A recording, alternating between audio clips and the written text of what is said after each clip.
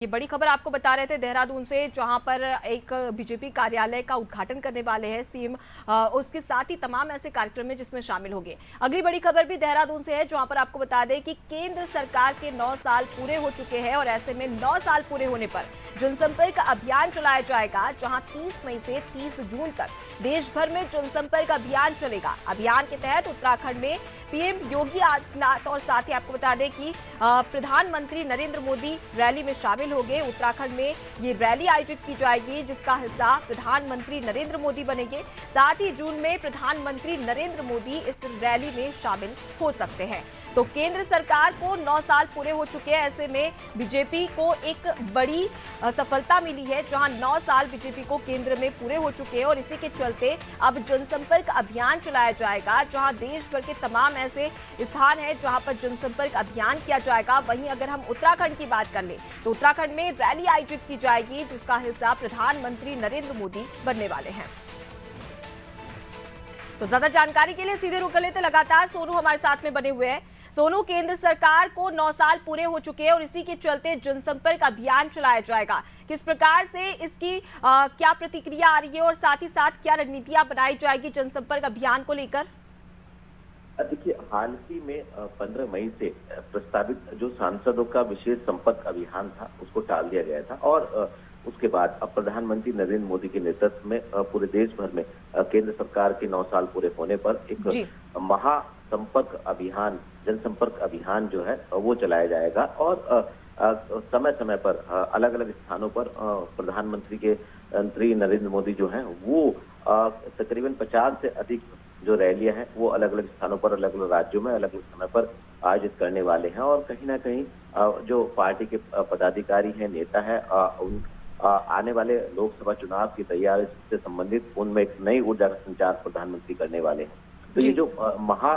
जनसंपर्क अभियान है, इसके तहत उत्तराखंड में भी प्रधानमंत्री आने वाले समय में एक रैली को संबोधित कर सकते हैं और उससे पहले की जो रणनीति पार्टी की है, उसके तहत वर्चुअल तौर पर ब्लॉक और जिला और खास तौर पर प्रदेश स्तर के साथ साथ मंडल स्तर के जो पदाधिकारी हैं उनके साथ वर्चुअल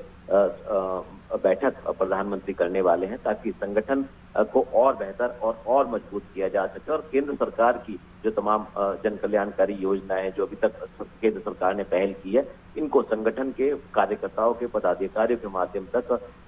जन जन तक पहुंचाया जा सके और इनका लाभ कितने लाभार्थी को मिल रहा है, इसको एक दूसरे को बताया जा सके। बिल्कुल सोनू, तो केंद्र सरकार की ओर से जो योजनाएं चलाई जा रही है, इस रैली के माध्यम से आम जनता से बातचीत भी की जाएगी और क्या उन योजनाओं का लाभ मिल रहा है, ये भी बातचीत और फीडबैक लेते तमाम जो जनप्रतिनिधि है वो भी नजर आने वाले हैं। अगर हम अन्य राज्यों की बात करें उत्तराखंड के साथ ही साथ, तो क्या वहां पर प्रधानमंत्री नरेंद्र मोदी के द्वारा ही ये अभियान चलाया जाएगा या अन्य किसी जनप्रतिनिधि या दिग्गज नेता को भी जिम्मेदारी सौंपी जाएगी?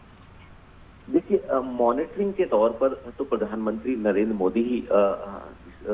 महाअभियान का नेतृत्व करेंगे और जैसा आपने स्वयं भी कहा कि अगर हम अन्य क्षेत्रों की बात करें या दूसरे राज्यों की भी अगर हम बात करें, तो अलग अलग क्षेत्र के अलग अलग राज्यों के जो सांसद हैं और जो पार्टी के सीनियर अधिकारी हैं, पदाधिकारी हैं और जो मुख्यमंत्री है, वहां पर मुख्यमंत्री के स्तर के, प्रदेश स्तर के और खास तौर पर जो सांसद हैं अलग अलग क्षेत्रों के, अलग अलग लोकसभा क्षेत्रों के, राज्यसभा के जो सांसद हैं, उन सांसदों के नेतृत्व में इस महा जनसंपर्क अभियान को चलाया जाएगा और जन जन तक कैसे पार्टी और मजबूत हो, सरकार की रीति नीति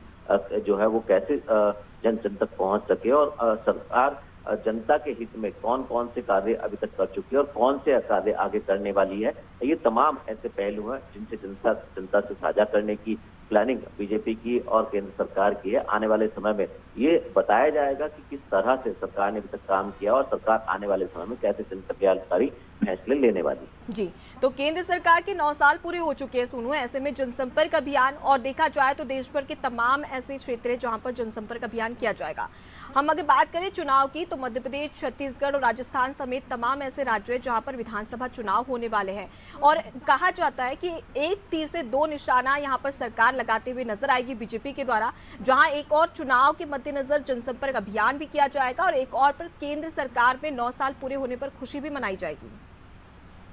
अब देखिए, अब ये बहुत अहम पहलू है जिसका आप जिक्र कर रहे हैं, क्योंकि एक तो ये बात बिल्कुल सही है कि केंद्र सरकार ने अभी तक सरकार ने खास तौर पर आम जी। इंसान के लिए, जनता के लिए कौन से कदम उठाए हैं, और दूसरा संगठन कैसे मजबूत होगा। सरकार की रीति नीति के साथ साथ जो बीजेपी की रणनीति है, जी। उसके तहत